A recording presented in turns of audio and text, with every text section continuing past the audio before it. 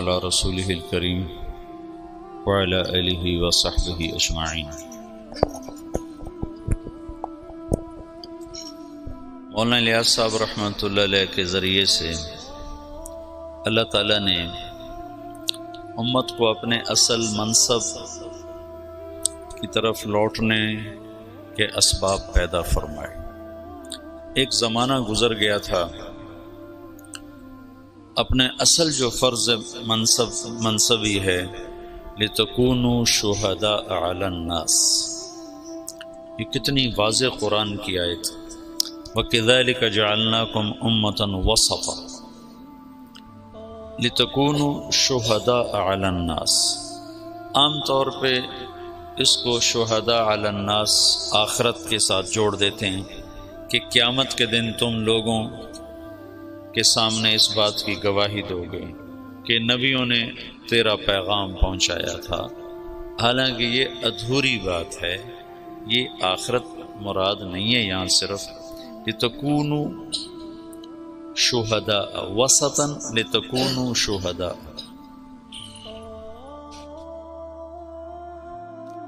وسط بمعنی واسطہ میں نے ترجمہ تمہیں بتایا تھا، پھر تفسیر طبری میں وہ مل گیا۔ میں نے جبوتی میں یہ امتن وسطہ کو بمعنی واسطہ کہا کہ تم واسطہ ہو بین الناس و بین اللہ تعالی، جیسے انبیاء واسطہ تھے بین الناس و بین اللہ تعالی۔ وہ واسطہ کی کیا شکل ہے؟ شہادت علی الناس، کہ دنیا کے انسانوں کو جا کر بتانا کہ لا الہ الا اللہ میں کامیابی۔ تو اس پر ڈاکٹر فوزی ہیں قطر کے بڑے فاضل آدمی، انہوں نے مجھے کہا کہ یہ تم نے کہاں سے بیان کیا ہے؟ میں نے ان سے پوچھا لغت میں گنجائش ہے اس کی؟ کہنے لگے لغت میں تو بہت اچھی گنجائش ہے اور بہت خوبصورت ہے، لیکن چونکہ یہ قرآن ہے تو اس میں ایسی جرات نہیں کرنی چاہیے جب تک پیچھے سے کوئی اس کی تصدیق موجود نہ ہو۔ تو تم دیکھو اگر کسی تفسیر میں مل جائے تو یہ بہت اعلیٰ مطلب ہے، اگلے مضمون کے ساتھ اس کا جوڑ زیادہ ہے۔ پھر واپس آ کر میں نے سب سے قدیم تفسیر طبری کو دیکھا تو اس کے آخر میں یہ مطلب انہوں نے لیا ہے جو اس وقت میں نے بیان کیا کہ امت واسطہ ہو، ویسے تو ہے وسطہ عدلا معتدل، افراط و تفریط جو یہود و نصارہ میں ہے اس سے مبرہ ہو، لیکن یہ مطلب بہت خوبصورت ہے کہ تم واسطہ ہو بین اللہ و بین الناس۔ وہ واسطہ کیسے ہو؟ شہادت علی الناس، لوگوں تک اللہ کا پیغام پہنچانا، گواہی دینا، قولوا لا الہ الا اللہ تفلحوا۔ اسی کی کڑی ہے پھر معاشر میں بھی یہ گواہی دینا کہ ہاں یا اللہ تیرے نبیوں نے سچ بات بتائی تھی۔ یہ بیچ میں ایک زمانہ گزرا جس میں یہ سبق محو ہو گیا۔ دعوت حق اور باطل دونوں کے ساتھ، دونوں کی تاریخ اتنی پرانی ہے جتنی انسان کی پرانی ہے۔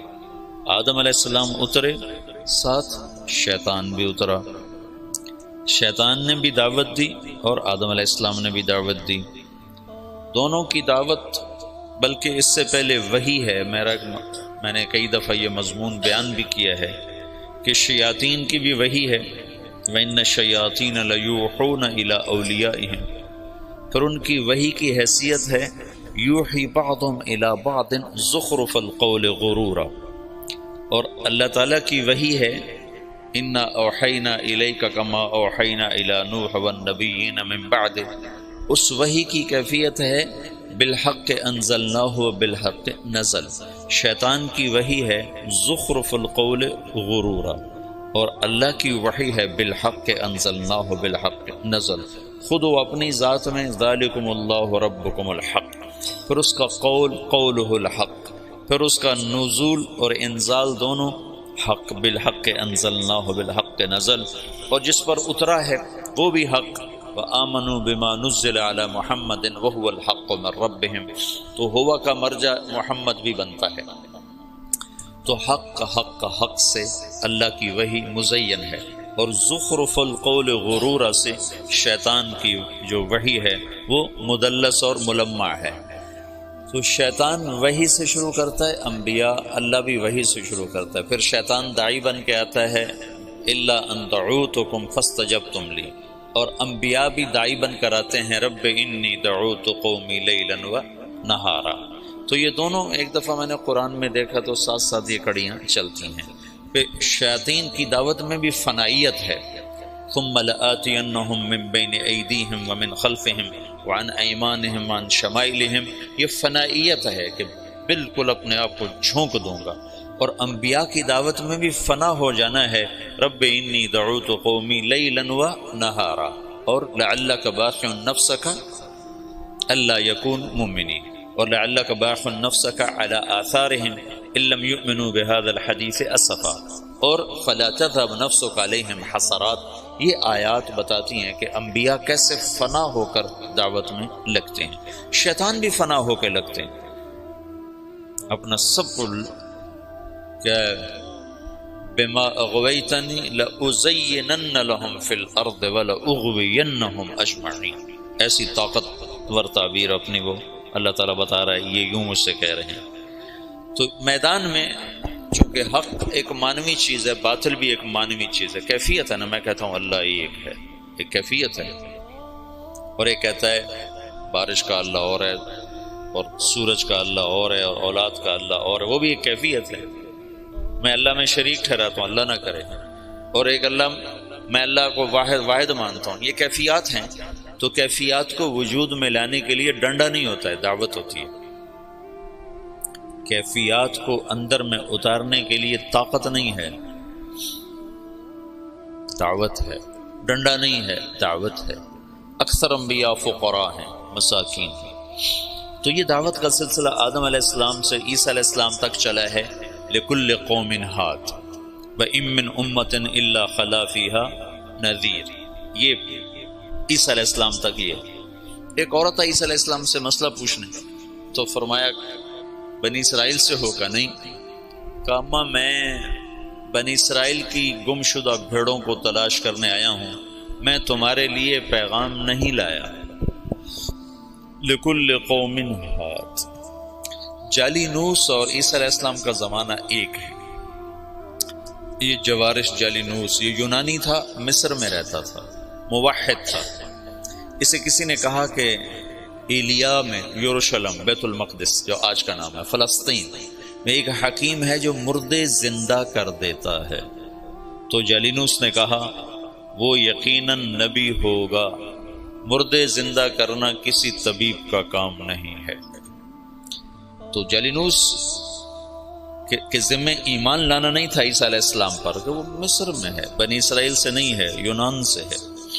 لیکن جب اللہ نے ہمارے نبی کو بھیجا تو اللہ نے قانون بدل کر کہا تبارک الذی نزل الفرقان علی عبدہ لیکون للعالمین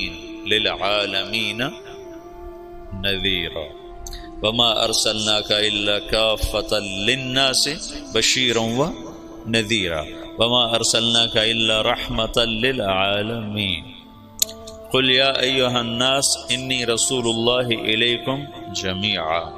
یہ ساری آیات بتاتی ہیں کہ اللہ نے قانون بدلا، سارا عالم۔ اس لحاظ سے تو کسی بڑے طاقتور، لولا نزل هذا القرآن على رجل من القريتين عظیم، جو کہا تھا مکے والوں نے، آپ ملک شام میں پیدا ہوتے یا ایران میں پیدا ہوتے، یا تمدن ہے، تہذیب ہے، قوت ہے، کسی بادشاہ کے بیٹے بن کر پیدا ہوتے تاکہ بچپن سے قوت اور طاقت ہوتی۔ یتیمی کی انتہا، ماں 6 برس کی عمر میں گئی، باپ دیکھا ہی کوئی نہیں، 8 سال کی عمر میں دادے کو بھی اٹھا لیا، اور 8 سال کی عمر میں فقر کی وجہ سے بکریاں چرانا پیشہ بنا۔ لوگ دیکھتے تھے کہ آپ پہاڑوں سے بکریوں کو لے کے اتر رہے ہوتے تھے، نہ سر پہ کپڑا ہوتا تھا نہ پاؤں میں جوتا ہوتا تھا، ایسا فخر تھا۔ ابو طالب کے فقر کی وجہ سے بکریاں چرا رہے، اور یہ آنے والے وقت کے سارے عالم کے نبی ہیں۔ تو اللہ تعالیٰ ابراہیم علیہ السلام کی دعا کو اب پورا فرما رہا ہے، ایک امت مسلمہ پیدا کر رہا ہے، ایک ان میں رسول کا وَبَعَثْ فِيهِمْ رَسُولًا، وہ رسول بھی آ رہا ہے اب اور امت بھی آ رہی۔ اس امت کو اللہ تعالیٰ نے ایسی جگہ رکھا جہاں کوئی اور آ کے ان کے مزاج کو خراب نہ کرے، ان کی صفات کو خراب نہ کرے، ان کی زبان کو خراب نہ کرے، ان کی طبع جو فطرت ہے اسے خراب نہ کرے۔ ایک ہے بگاڑ، وہ ایسا تھا جیسے ہیرے کے اوپر مٹی آ جائے۔ 4000 سال کسی تہذیب کو اندر نہیں جانے دیا۔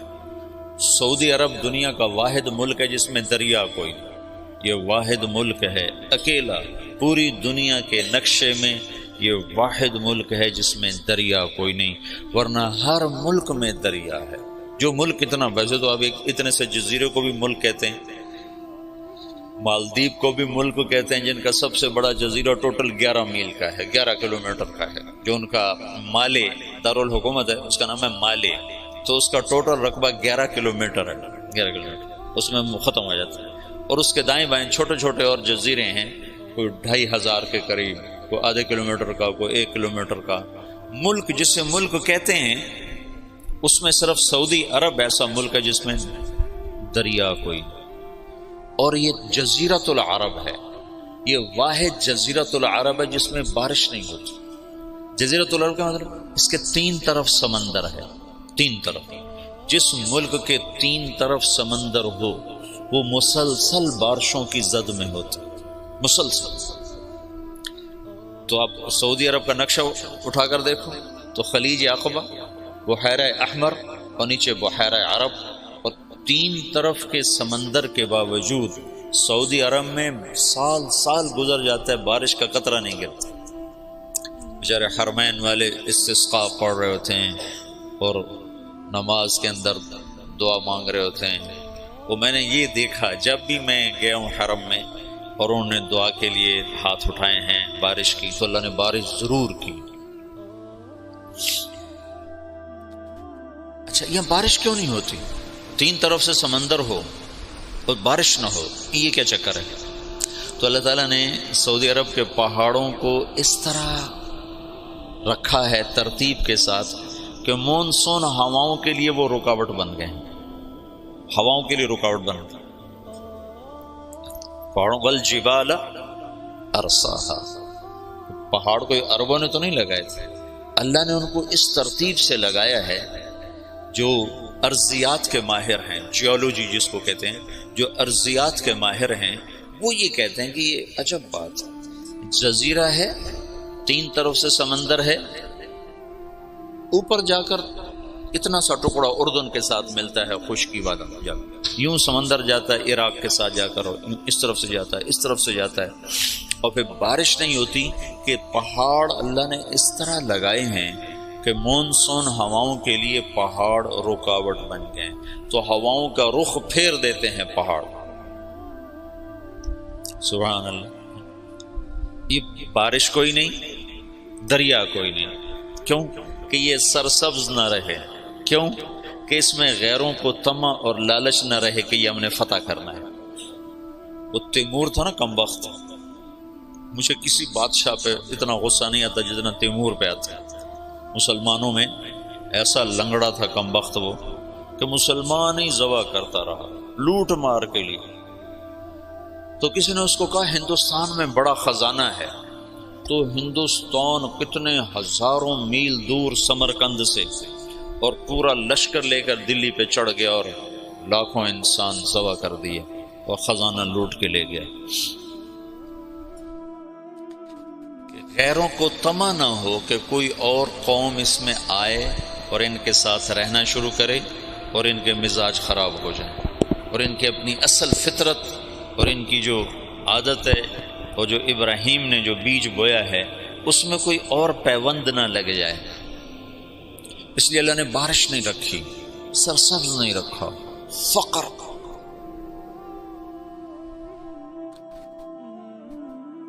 لہذا حدود کے اوپر سلطنتیں قائم کی۔ ایران نے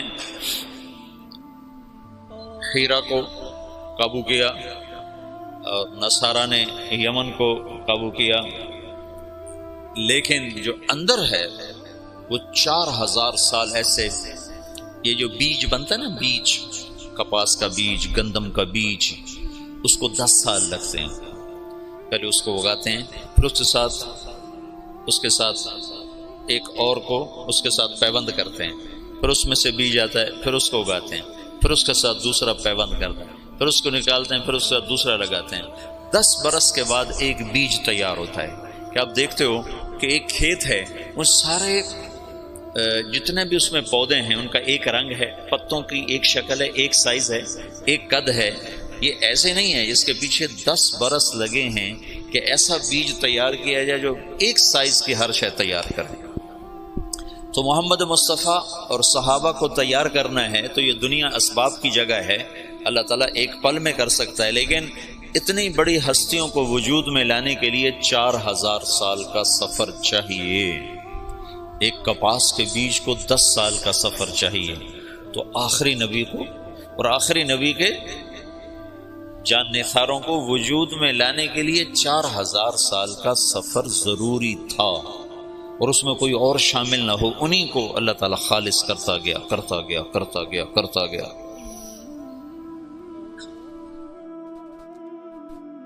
اور پھر جا کر اللہ تعالیٰ نے محمد بن عبداللہ صلی اللہ تعالی علیہ وسلم کو وجود بخش اور کہا اٹھ قم فانذر وربک فکبر وثیابک فطہر والرجز فہجر ولا تمنن تستکثر ولربک فاصبر۔ اور دوسرا قم کہا قم اللیل الا قلیلا نصفہ او انقص منہ قلیلا او زد علیہ ورتل القرآن ترتیلا۔ تو اللہ کا نبی موجود ہے، صحابہ موجود ہیں، اور قرآن اتر رہا ہے، اپنی جگہ پر آیت فٹ ہو رہی ہے۔ عمر رضی اللہ تعالیٰ عنہ نے عبداللہ بن عباس سے پوچھا یہ کیسے اختلاف ہو جائے گا؟ اللہ کے نبی نے خبر تو دی تھی کہ اختلاف ہو، من یعش منکم من بعدی وسیرا اختلافا کثیرا۔ تو حضرت عمر کہنے لگے اختلاف کیسے ہوگا؟ قرآن تو ایک ہے اور رسول بھی ایک ہے۔ تو عبداللہ بن عباس نے کہا اختلاف ایسے ہوگا کہ آج قرآن اتر رہا ہے اور ہم دیکھ رہے ہیں یہاں اترا، اس موقع پر اترا، اس وجہ سے اترا۔ بعد میں آنے والی جو نسل ہوگی وہ قرآن ان کے سامنے ہوگا، اترنے کی جگہ ان کے سامنے نہیں ہوگی، تو اس آیت کو یہاں فٹ کریں گے، وہ اس آیت کو یہاں فٹ کریں گے، اس سے ان میں ٹکر ہو جائے گی۔ تو عمر رضی اللہ تعالیٰ عنہ نے آہ بھرے کہ آئے ہائے ہاں یہ ہو جائے گا۔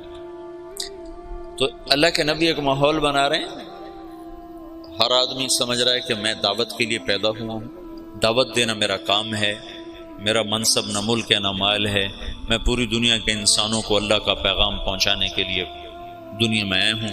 یہ رسول بھی اس لیے آیا ہے کہ پوری دنیا کے انسانوں تک اللہ کا پیغام پہنچے۔ دعوت میں تقریر نہیں ہے لمبی، آپ اسلم تسلم دیکھتے نہیں ہو۔ اللہ کے نبی کے خطوط کتنے مختصر، اللہ کے نبی کے خطبے کتنے مختصر۔ واعظ و نصیحت کی زبان لمبی ہے، دعوت کی زبان مختصر ہے۔ ہاں دعوت کا درد بڑا لمبا ہے، دعوت کی تڑپ بڑی بے قرار کرنے والی ہے۔ اس بے قراری میں بھی ایک اللہ تعالیٰ نے مزہ رکھا ہے، وہ مزہ دیا تڑپ نے کہ یہ آرزو ہے میری، میرے دونوں پہلوؤں میں دل بے قرار ہوتا۔ اس کے لیے ایک تڑپ ہوتی ہے، اس تڑپ کا نام تبلیغ ہے۔ مولانا الیاس صاحب سے تبلیغ کا کام لیا جا رہا ہے۔ خطابت کے میدان میں عطاء اللہ شاہ بخاری شاہ سوار ہے، عشاء کے بعد کھڑا ہوتا ہے اور فجر کی اذان ہوتی ہے اور مجمع نہ سوتا ہے نہ اٹھتا ہے۔ ایسے خطیب ابو الکلام آزاد ہیں جو الفاظ کا جادو کر دیتے ہیں مجمع میں، اور الفاظ کے سحر میں لوگ کھو جاتے ہیں۔ حبیب الرحمن لدھیانوی ہیں، عزیز الرحمن سیوہاروی ہیں، یہ اس زمانے کے بڑے خطبات۔ اور کس سے تبلیغ کا کام لیا جا رہا ہے؟ محمد الیاس بن محمد اسماعیل، جن کی زبان میں اتنی لکنت ہے کہ مولانا عبید اللہ صاحب رحمۃ اللہ علیہ نے مجھ سے کہا، عبید اللہ صاحب سے نظام الدین، کہ بیان میں ایک لفظ کو 18 دفعہ کہنے کی کوشش کی، 18 دفعہ نہیں کہہ سکے، چھوڑ دو۔ اتنی لکنت اور بے ترتیب بات، بات میں ترتیب کوئی نہیں، آگے کا پیچھے، پیچھے کا آگے، اور الفاظ بڑے مشکل۔ وہ زمانہ تھا فارسی عربی زبانوں پہ چڑھی ہوئی تھی، تو عبداللہ صاحب فرمایا کرتے ہیں کہ بیان کر رہے ہیں، ایک معنی پیش آ گیا، یعنی کہ ایک حادث پیش آ گیا، یعنی کہ ایک عائق پیش آ گیا، ہر لفظ پہلے سے زیادہ پیچیدہ۔ یہ مولانا الیاس صاحب کے بیان کی مثال دیا کرتے ہیں حاجی عبداللہ صاحب، پیچیدہ بات۔ ایک میں باتی اٹھا، باہر نکلا تو آگے مولانا ابوالحسن علی ندوی رحمۃ اللہ علیہ بیٹھے تھے، کہنے لگے میاں جی کچھ سمجھے یہ کیا کہہ رہے ہیں بابا جی؟ وہاں کو یقین یقین کی بات کر رہو، یقین یقین، یقین سمجھو، یقین یقین، اب کو یقین یقین کی بات کر رہو، کچھ اللہ پہ یقین۔ وہ کلمے کی دعوت بڑی دیتے تھے نا، اللہ سے ہوتا ہے مخلوق سے نہیں ہوتا، مخلوق اللہ کے بغیر کچھ نہیں کر سکتا۔ اس کو اجمالی طور پر چھوڑ گئے، مولانا یوسف صاحب نے اس کو کھولا۔ تو خطابت کے شاہ سواروں کو چھوڑ کر، جس کو بولنا بھی نہیں آتا، موسیٰ علیہ السلام کی سنت کو زندہ کیا جا رہا ہے کہ اٹھ تو جا، اذهب الى فرعون انه طغى۔ وہ کہتے ہیں لا ينطلق لسانی، میں تو بول نہیں سکتا ہوں، رب تجھے میں نے پسند کیا ہے، اصطنعتک لنفسی، تو میرا انتخاب ہے، تو جا۔ کہا اچھا پھر میرا بھائی تو میرے ساتھ کر، کچھ بولے تو صحیح۔ کہا اچھا چل وہ بھی لے جا۔ تو ایک ماحول ہے دعوت کا، اور صحابہ سمجھ رہے ہیں کہ ہم ملک و مال کے لیے نہیں آئے، فتوحات کے لیے نہیں آئے، ہم دعوت دینے کے لیے آئے ہیں۔ اور ایک فضا بنی ہے جس میں ہر بچہ، ہر عورت، ہر مرد، اس کا اندر کا ایک غم ہے کہ میں کس طرح لوگوں کو جہنم سے نکالنے کا سبب اور ذریعہ بن جاؤں۔ لہٰذا وہاں یہ سمجھنا نہیں پڑتا تھا کہ بھئی یہ کیا کام کر رہے ہیں، آتے ہی پتہ چل، جیسے یہاں کوئی آدمی آتا ہے کہتا ہاں بھئی یہاں پڑھائی ہو رہی، یہاں تعلیم ہو رہی۔ تو اللہ کے نبی نے دعوت کا ایک ماحول قائم کیا۔ ایسے علمی حلقے اللہ کے نبی کے زمانے میں نہیں لگے۔ پوچھنے یسألونک عن المحیض، یسألونک عن الیتامى، یسألونک عن المواقع، عن الاہلہ، یسألونک عن الانفال۔ پوچھنے پر محفل لگ جاتی تھی، لیکن آؤ بھائی میں تمہیں مسائل سکھاؤں، ایسا کچھ نہیں ہوتا تھا۔ ترغیب کے لیے مجالس قائم کی ہیں، مسائل سکھانے کے لیے پوچھنے پر، بن پوچھے نہیں ہے۔ تو علم کے لیے الگ خاص سے کوئی جماعت نہیں بٹھائی ہے، اپنے اپنے استعداد کے مطابق ہر آدمی لیتا چلا گیا ہے۔ جب آپ دنیا سے گئے ہیں تو آپ کیا کر گئے ہیں؟ ان اللہ بعثنی کافۃ للناس رحمۃ فأدوا عنی، اور اب حجۃ الوداع میں کیا کر گئے ہیں؟ فلیبلغ الشاہد الغائب، میرا پیغام غائبین تک پہنچانا میری امت کے ذمے ہے۔ اور دعا کر کے گئے ہیں نضر اللہ امرأ سمع مقالت فوعاها ثم اداها كما سمعها فرب مبلغ اوعى من سامع۔ اس کے بعد جب آپ 11 ہجری کو دنیا سے تشریف لے گئے ہیں اور صدیقی دور آیا ہے، تو تمام صحابہ ہیں، اور آپ نے مجمل چھوڑا، متعین نہیں کیا۔ اس میں وہ کون سی کتاب ہے؟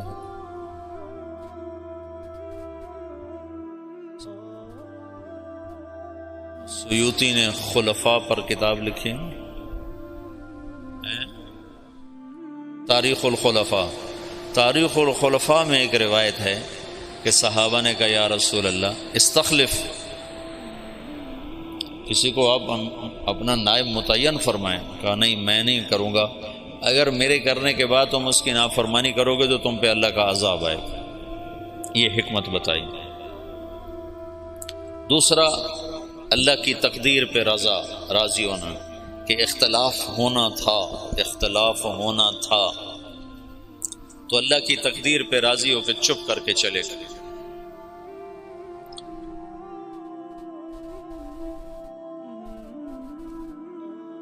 انصار کی بہت بڑی قربانی ہے اس موقع پر۔ جب آپ کا انتقال ہوا ہے تو آپ کی طبیعت پہلے ٹھیک ہو چکی تھی، ابوبکر چلے گئے حوالی، اور پیچھے صرف ازواج مطہرات ہیں۔ آپ کے انتقال پر وہ وہاں سے آئے ہیں، اور افراتفری مچی ہے، رونا دھونا مچا ہے۔ مدینے میں انصار میں منافقین کی تعداد آپ کی وفات تک موجود رہی ہے، یہ تو معلوم ہے نا۔ اور وہ اللہ کے نبی کو پتہ تھا یا حضرت حذیفہ کو پتہ تھا، اور کسی کو نہیں پتہ تھا۔ اور ہوئی بات اثر کرتی ہے۔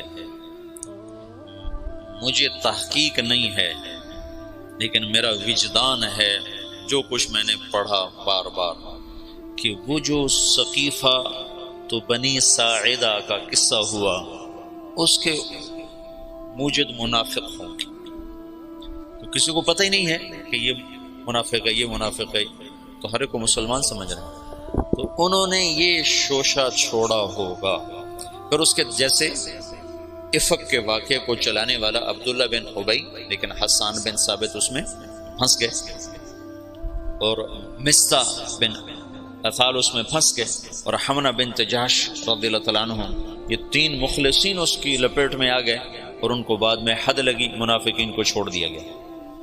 تو آپ کے انتقال کے بعد سارے لوگ مسجد میں جمع ہیں، انصار جمع ہو گئے بنو ساعدہ کے ڈیرے پر، بیٹھنے کی جگہ۔ آج کل وہاں ایک باغیچہ بنا ہوا ہے، اور وہ ہے قبلہ جنوب میں ہے، قبلہ وہاں سے یہ جنوب ہے نا، جنوب میں ہے، تو قبلہ کے اس طرف چھوٹا سا باغیچہ بنا ہوا ہے، اب بھی ہے، وہ ثقیفۃ بنی ساعدہ، بنو ساعدہ کا ڈیرا تھا۔ وہاں جو لوگ جمع ہوئے، آج تک یہ مجمل ہے، کیسے جمع ہوئے، کس نے دعوت چلائی، کس نے جمع کیا۔ جتنی تاریخ میں نے مطلب دین کو تھوڑا پڑھا ہے، تاریخ کو زیادہ پڑھا ہے، تو کسی کتاب میں یہ نہیں ملا کہ کون جمع کرنے کا سبب بنا، لیکن تسلسل سے پڑھنے سے میرا ایک تاثر بنا ہے کہ یہ تحریک منافقین نے چلائی ہوگی، پھوٹ ڈالنے کی اور توڑ پیدا کرنے کی۔ تو انہیں سعد بن عبادہ رضی اللہ تعالیٰ عنہ کو تیار کر لیا کہ یہ امیر ہوگا، اب یہ امیر ہوگا۔ تو یہ آپس میں وہ باتیں کر رہے ہیں، محرک اس کے یقیناً آخرت میں تو بھید کھل جائے گا، انشاءاللہ مجھے یقین ہے آخرت میں وہ مجرم سامنے آئیں گے کہ منافق ہی تھے جنہوں نے یہ ساری اسکیم چلائی، اور صحابہ کو اس میں استعمال کر لیا کہ وہ بشر تھے، خطا سے پاک نہیں تھے، معصوم عن الخطا نہیں تھے۔ تو ابوبکر کے پاس ایک آدمی نے، تو ادھر بیٹھا، اور وہاں امت کے توڑنے کا نظام بن چکا ہے۔ تو ابوبکر رضی اللہ عنہ اور عمر رضی اللہ تعالیٰ عنہ، ابو عبیدہ رضی اللہ تعالیٰ عنہ، یہ 3 حضرات نے دوڑ لگائی، ایسی افراتفری میں گئے۔ اس وقت غسل شروع تھا، حضرت علی ادھر مشغول تھے، اور وہاں وہ اس کے لیے جا ہی نہیں رہے کہ مجھے خلیفہ بنایا جائے، تو اس فتنے کو دبانا چاہتے ہیں۔ وہاں پہنچے تو سعد بن عبادہ نے چادر اڑی ہوئی ہے، وہ بیمار سے تھے، اور وہاں بات چل رہی کہ اب امارت ہماری چلی گئی، ہم اللہ کے نبی کے انصار ہیں، ہم نے آپ کو ٹھکانہ دیا، ہم نے آپ کو مشکل وقت میں ساتھ دیا، ہم وہ تھے جو مشقت میں آگے اور راحت میں پیچھے، لہذا امیر ہمارا ہوگا۔ تو عمر رضی اللہ تعالیٰ عنہ پہلے بولنے لگے، ان کا میں نے سوچا کہ میں بات کرتا ہوں، تو ابوبکر صدیق نے مجھے روک دے کر بیٹھ جاؤ، اور ابوبکر رضی اللہ تعالیٰ عنہ کھڑے ہوئے نا۔ اس سے پہلے حباب بن، جب ابوبکر رضی اللہ تعالیٰ عنہ کھڑے ہوئے، ان کا دیکھو تم نے سنا تھا نا کہ اللہ کے نبی نے کہا تھا الائمۃ من قریش، خلافت قریش کے پاس رہے گی، عرب جس کے سامنے سر جھکاتا ہے وہ صرف قبیلہ قریش ہے اور کوئی نہیں ہے۔ تو حباب بن منذر رضی اللہ تعالیٰ عنہ وہ شخص ہیں جنہوں نے بدر میں رائے دی تھی کہ خیمے ادھر سے اکھاڑ کے ادھر لگائیں، تو جبریل نے آ کر کہا تھا کہ اللہ تعالیٰ فرما رہے ہیں کہ حباب کی رائے پہ عمل کیا جائے۔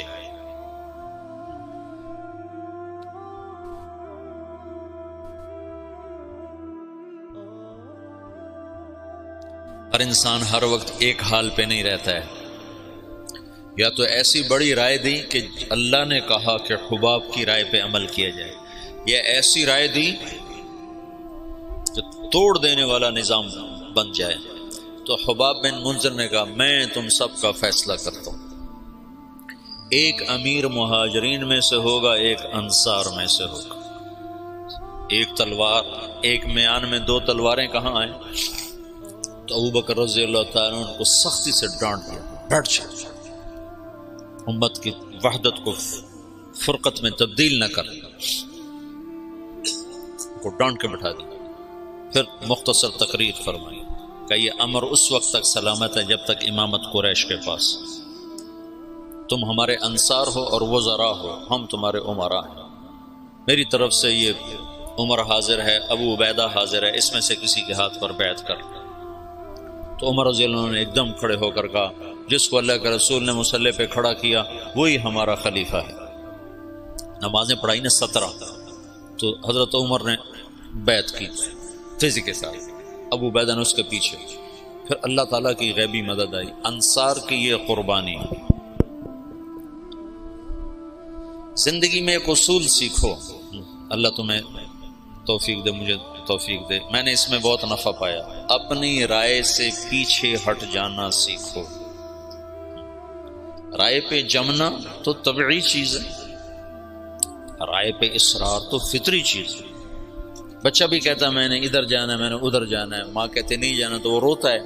اتنی چھوٹی عمر سے رائے کا اصرار شروع ہو جاتا ہے، تو رائے سے ہٹنا سیکھو بشاشت کے ساتھ۔ جب رائے کے خلاف ہوتا نا تو دل تنگ پڑ جاتا ہے اور طبیعت بجھ جاتی ہے۔ تو یہ ایک اللہ کی طرف سے سبق تھا۔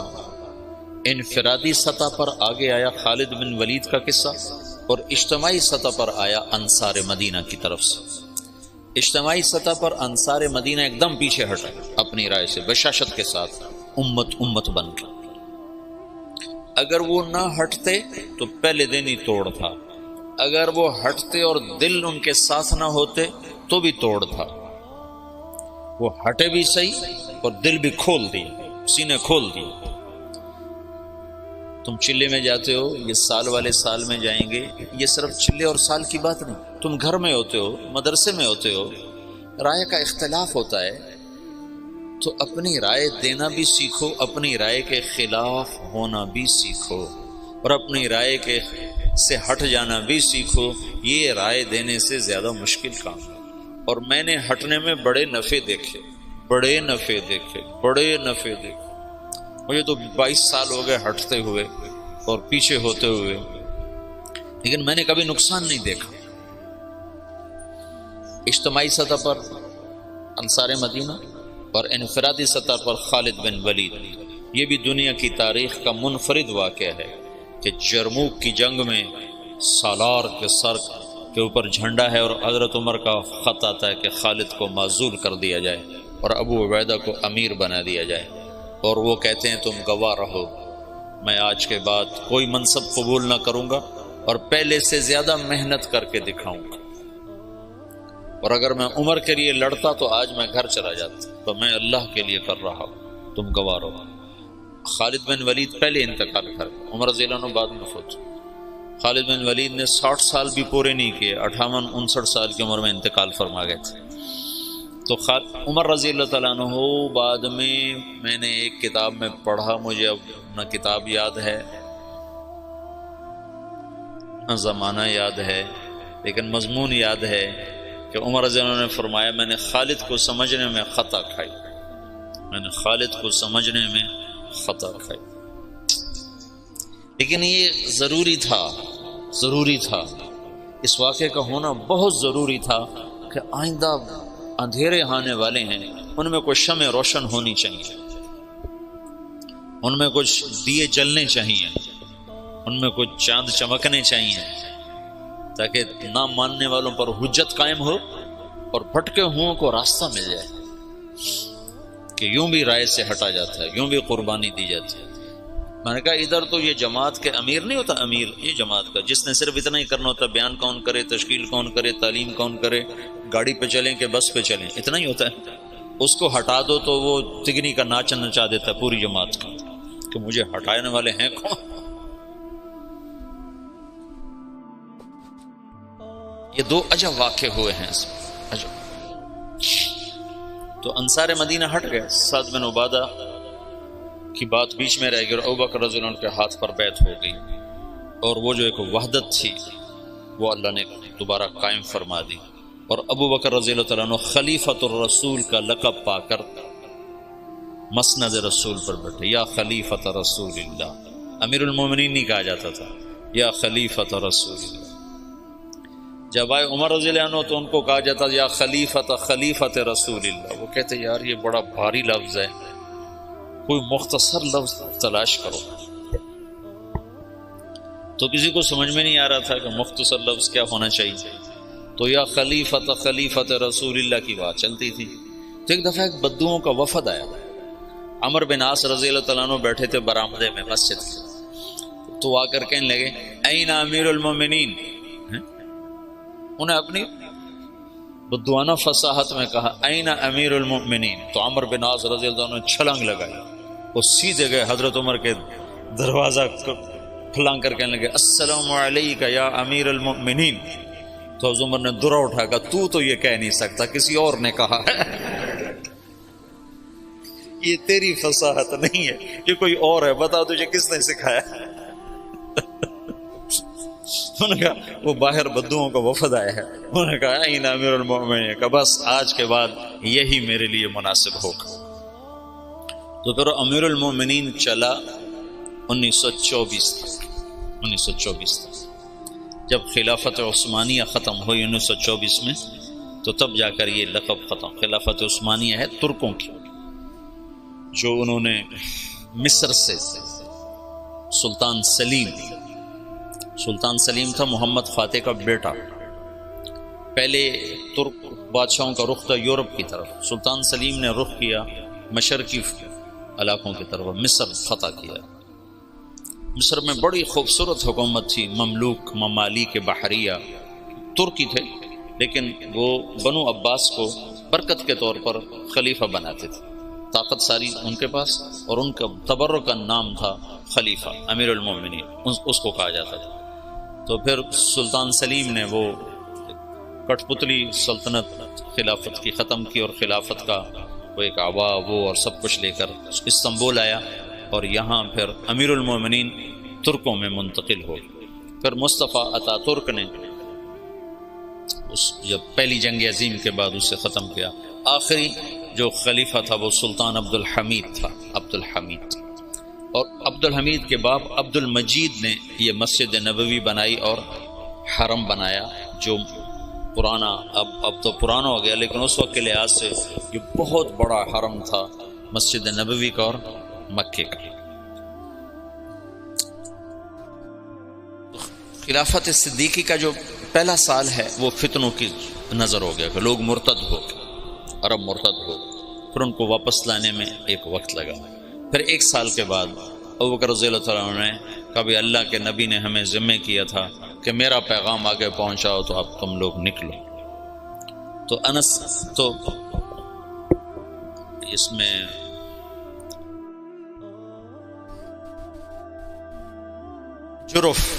جرف میں آ کر قافلے جمع ہونے شروع ہوئے صحابہ کی۔ تو جب وہ ان کو روانہ کرنے کے لیے تشریف لائے تو کہنے لگے یہ تھوڑے ہیں، بہت بڑی مہم ہے، آدمی کون مہیا کرے گا؟ تو انس رضی اللہ تعالیٰ نے کہا میں حاضر ہوں۔ تو انہیں سارے عرب کا چکر لگایا، تو پھر کوئی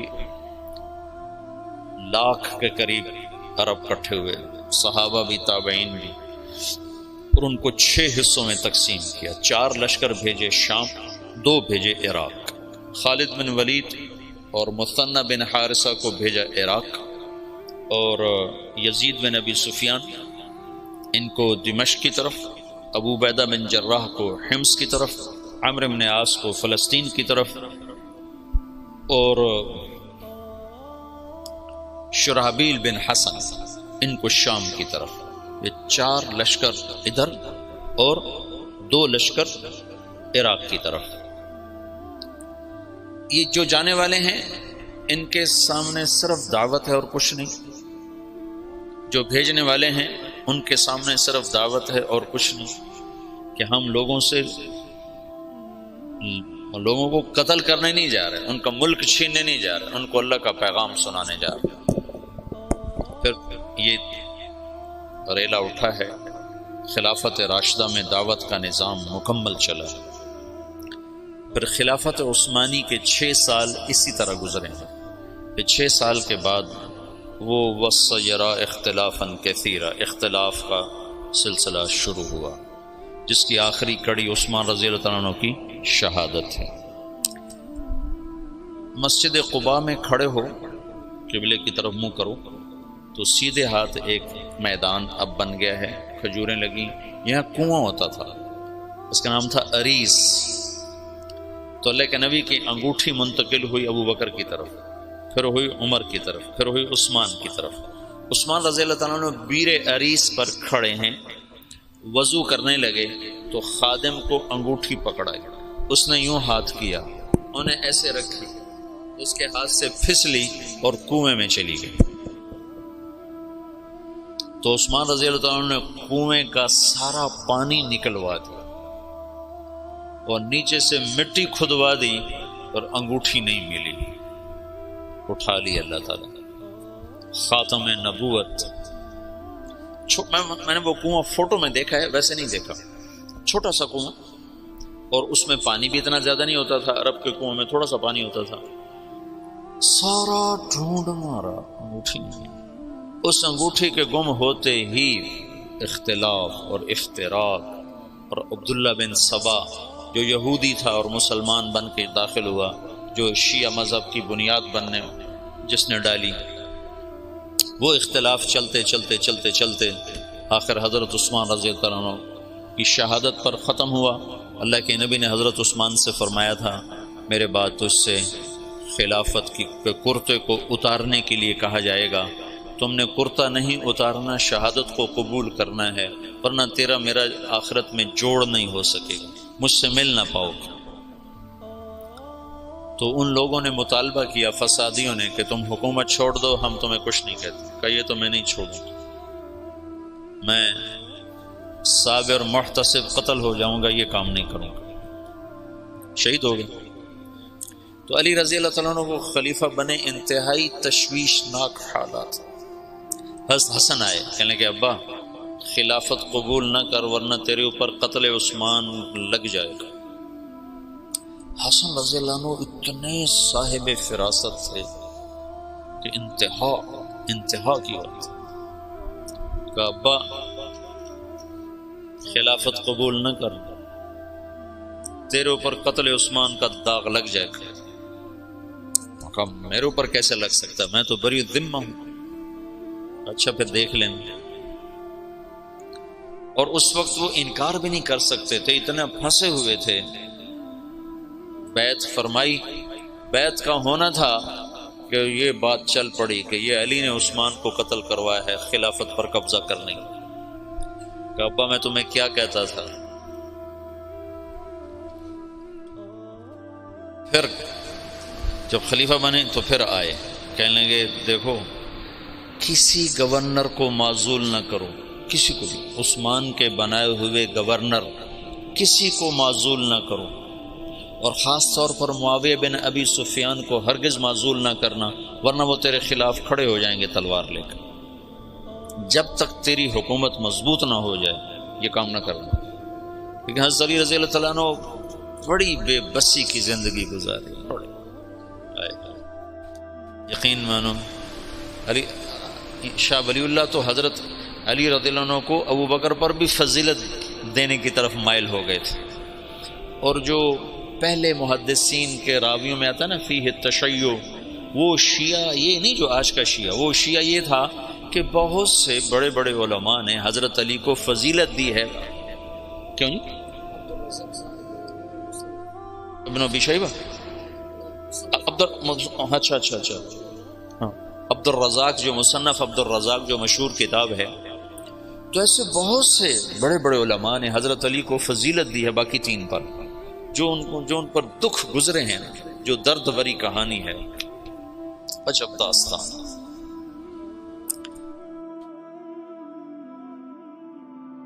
انہیں معزول کر دیا حضرت معاویہ رضی اللہ عنہ کو. معزول کرنا تھا، وہ کھڑے ہو گئے.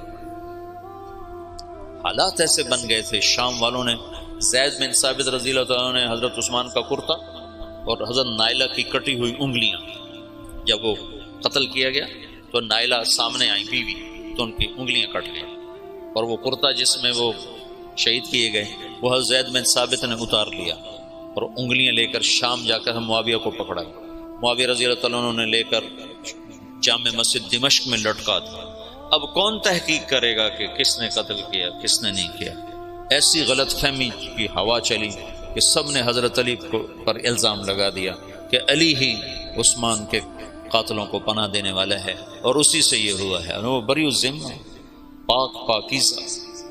پر اللہ کی تقدیر تھی، یہ جنگ جمل بھی ہونی تھی، جنگ صفین بھی ہونی تھی، اللہ کا نظام تھا، اس میں بھی اس کی حکمتیں رحمتیں چھپی ہوئی ہیں۔ تو حالات ایک دم وہ جو دعوت کا ریلا تھا وہ آپس کے ٹکراؤ کی طرف چلا گیا، اور دعوت کے کام کو پہلا جھٹکا لگا ہے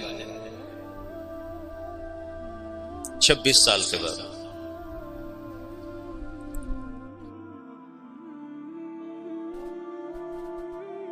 جنگ جمل کی نوبت آ گئی، جب بیعت ہونے لگی تو سب سے پہلے بیعت کی حضرت طلحہ نے، ان کا یہ ہاتھ بیکار ہو گیا تھا احد کی لڑائی میں نا، تلوار وہ تیروں کو سہتے سہتے جو اللہ کے نبی پر تیر آتا تو آگے ہاتھ کر دیتے تھے، تو سارا ہاتھ ختم ہو گیا، وہ الٹے ہاتھ سے لڑتے تھے۔ اس کے بعد تو انہوں نے جب بیعت کی نا تو ایک آدمی نے کہا اوہو یہ بیعت تو ٹھیک نہ ہوگی، وہ بیکار ہاتھ سے کی نا، تو انہوں نے فال لی اس سے، اللہ کے نبی بھی فال لیتے تھے، کہیں نہ دل بیعت لا تطع، یہ کام سرے نہیں چڑھے گا۔ 4 سال دکھ سہتے سہتے آخر شہید ہو، اتنے دکھی ہو گئے تھے آخری دنوں میں حضرت علی کہ اپنی یوں داڑھی پکڑ کے کہتے تو کب رنگین ہو، تو کب رنگین ہو، کیونکہ اللہ کے نبی نے کہا تھا علی تو اس وقت تک نہیں مر سکتا جب تک تیری داڑھی تیرے خون سے رنگین نہ ہو جائے، تیرے سر کے خون سے رنگین نہ ہو جائے۔ اور صالح علیہ السلام کی اونٹنی کا قاتل اشقا تھا، میری امت کا اشقا وہ ہوگا جو تجھے قتل کرے گا۔ تو پھر ایسے داڑھی کو پکڑ کر کہتے تو کب رنگین ہو، پھر کہتے وہ اشقا کدھر ہے، وہ اشقا کدھر ہے، وہ آتا کیوں نہیں، وہ کدھر ہے؟ اتنے دکھی ہو گئے تھے، بے وفائی، لوگوں کی جفا۔ حضرت معاویہ رضی اللہ عنہ کو شام کا ٹکڑا ملا جو بڑے سلیقے والے، بڑے طریقے والے، بڑے وفادار، اور حضرت علی رضی اللہ عنہ کو کا امتحان بڑا تھا، بڑوں کے امتحان بھی بڑے، ان کو عراق ملا جہاں کے لوگ منافقانہ عادات اور ہر جتنے بھی عیب، اس لیے تو حجاج اللہ نے ان پہ مسلط کیا، عراق والوں پہ بھرے ہوئے، بے وفائیوں سے بھرے ہوئے۔ تو اس کا آخری نتیجہ حضرت علی کی شہادت پہ نکلا، جنگ جمل ہوئی جس میں حضرت طلحہ جیسے، حضرت زبیر جیسے شہید کر دیے۔ جب آپس میں ٹکرائے نا صلح ہو گئی، لیکن جو لوگ عبداللہ بن سبا کے ساتھی تھے، میں تمہیں تفصیل تو نہیں بتا رہا، صرف اشارے کر رہا ہوں، تبلیغ کا تھوڑا سا پس منظر بتانا چاہتا، دعوت کی تاریخ بتانا چاہتا ہوں کہ جب تم چھٹیوں میں جاؤ تو بشاشت سے جاؤ، ہمارے ڈنڈے کی وجہ سے نہ جاؤ۔ جو ڈنڈے کی وجہ سے جاتے ہیں وہ موبائل سے کھیلتے رہتے ہیں، ادھر تعلیم ہوتی ہے ادھر وہ موبائل سے کھیل رہے ہوتے ہیں، ادھر گشتور ہوتا ہے ادھر وہ اپنے اخبار بیٹھے پڑھ رہے ہوتے ہیں۔ تو ایسا چلہ مجھے نہیں چاہیے، گھر چلے جاؤ زیادہ بہتر ہے۔ میں چاہتا ہوں تم بشاشت کے ساتھ اللہ کی راہ میں نکلو کہ تمہیں فائدہ تو ہو، تمہیں نفع تو ہو، اپنے نفس کے ہاتھوں نہ مارے جاؤ، یہ ہماری وجہ سے نہ تم ایسے ہی علی رغم انف نہ جاؤ، بے بشاشت القلوب جاؤ۔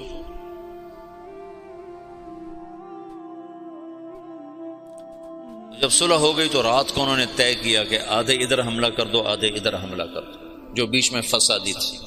تو تہجد کے وقت آدھے لوگوں نے حضرت علی پہ حملہ کر دیا، آدھوں نے حضرت زبیر، حضرت عائشہ کے لشکر پہ حملہ کر دیا، اور دونوں طرف شور مچا دیا۔ علی نے حملہ کر دیا، انہوں نے کہا زبیر نے حملہ کر دیا، تو علی کہنے لگے او ہو آئے ہائے۔ حضرت حسن جب نکلنے لگے نا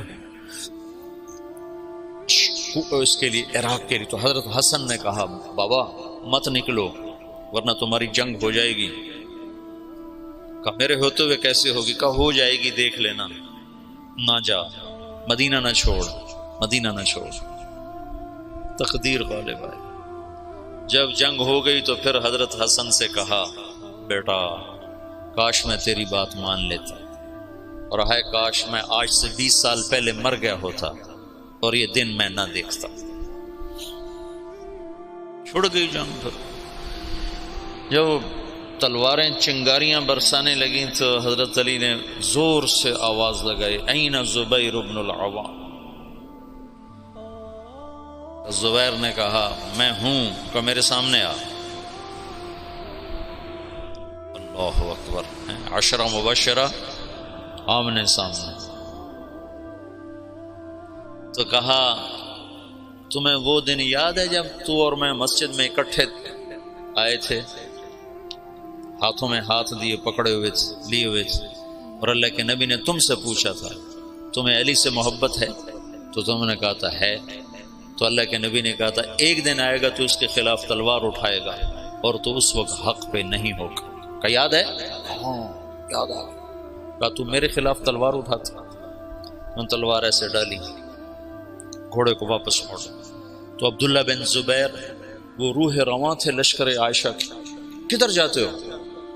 کہاں جا رہے ہو؟ کہا وہ علی نے مجھے ایک بات یاد دلا دیا، میں واپس جا رہا ہوں، میں نہیں لڑوں گا۔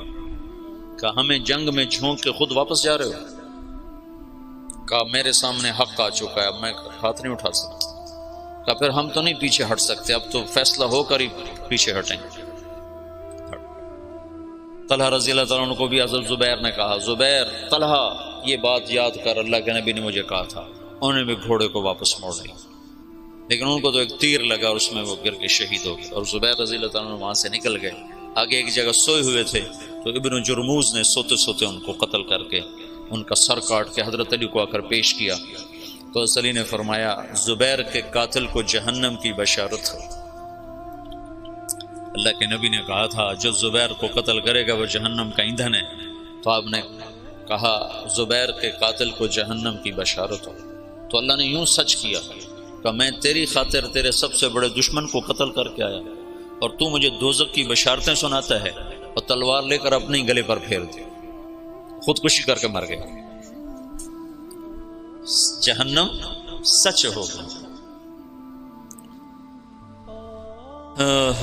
حضرت طلحہ کی لاش پہ گزرے حضرت علی تو ان کا ہاتھ پکڑ کے نہ یہ چوما اور رونے لگے کہ یہ وہ ہاتھ ہے جس نے اللہ کے نبی کے لیے احد میں ڈھال کا کام دیا تھا اور تیروں کو سہتے سہتے شل ہو گیا تھا۔ اور عبداللہ بنو زبہ نے حضرت عائشہ کے اونٹ کو گھیرے میں لیا ہوا تھا اور ایسے لوہے کی دیوار بن گئے تھے بنو زبہ کو تو حضرت عائشہ ہی بخشوا جائیں گے انشاءاللہ۔ کہتے ہیں الموت احلی عندنا من العسل نحن بنو ضبۃ اصحاب الجمل نحن بنو الموت اذ الموت نزلی ننعبن عفان باطراف الاسل ردوا علینا شیخنا ثم بجلی۔ یہ رجز پڑھ رہے تھے اور جان کی بازی لگا رہے تھے۔ ایک دفعہ ایک شخص ملنے آیا حضرت عائشہ رضی اللہ تعالیٰ عنہ سے، کہا کہاں سے ہو؟ کہا میں بنو زبہ سے ہوں۔ کہا ایک نوجوان میرے اونٹ کے پاس شعر پڑھ رہا تھا، اس کو جانتے ہو؟ کون؟ کہا وہ تو خود تو پردے میں تھے۔ کہا ایک نوجوان کے آواز آ رہی تھی، کہہ رہا تھا یا امنا خیر ام نعلم،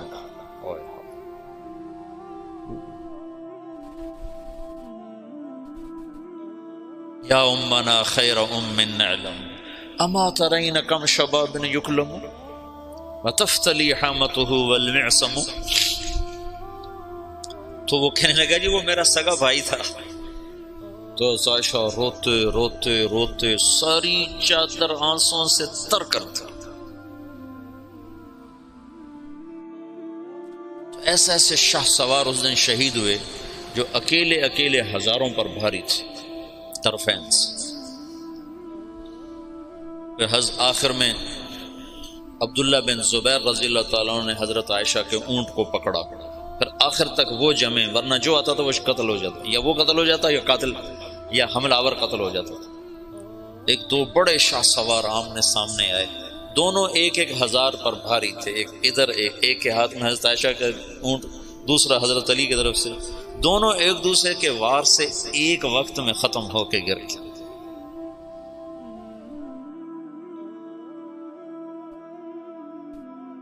اوئے ہوئے ہوئے۔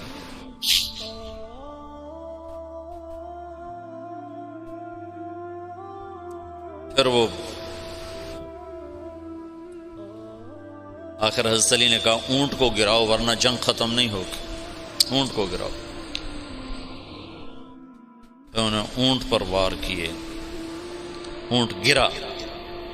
جو دور کے لوگ تھے انہوں نے وہ کو تحقیق پھر تھوڑے ہوتے ان کو، ہو حضرت اما عائشہ تو شہید ہو گئی، بس وہ ایسے دل برداشتہ ہوئے کہ پھر میدان چھوڑ دیا۔ تو حضرت علی نے فرمایا کوئی کسی کے پیچھے قتل کے لیے نہ بھاگے، مال غنیمت کے طور پر مال نہ لوٹا جائے۔ تو محمد بن ابو بکر حضرت عائشہ کے بھائی، اسماء بنت عمیس کے بیٹے، وہ حضرت علی کی طرف سے تھے۔ تو جب اونٹ گرا تو وہ بھاگ کر آئے، انہوں نے جلدی سے اندر ہاتھ ڈالا۔ تو بہن ہے کہ پتہ کرنے کے لیے کہ خیریت تو ہے۔ اما عائشہ کو تو نہیں پتا کہ یہ ہاتھ کون کس کا ہے، محرم ہے غیر محرم ہے، کہ کون ہے حرم رسول کی طرف ہاتھ بڑھانے والا، اللہ اسے آگ میں جلا دے۔ وہ میں تیرا بھائی ہوں محمد کا ہو گیا۔ جب مصر پر حضرت معاویہ رضی اللہ عنہ نے چڑھائی کی تو اس وقت محمد بن ابی بکر یہ مصر کے گورنر تھے حضرت علی کی طرف سے، تو ان کو شکست ہوئی اور یہ بھاگے اور پھر پکڑے گئے۔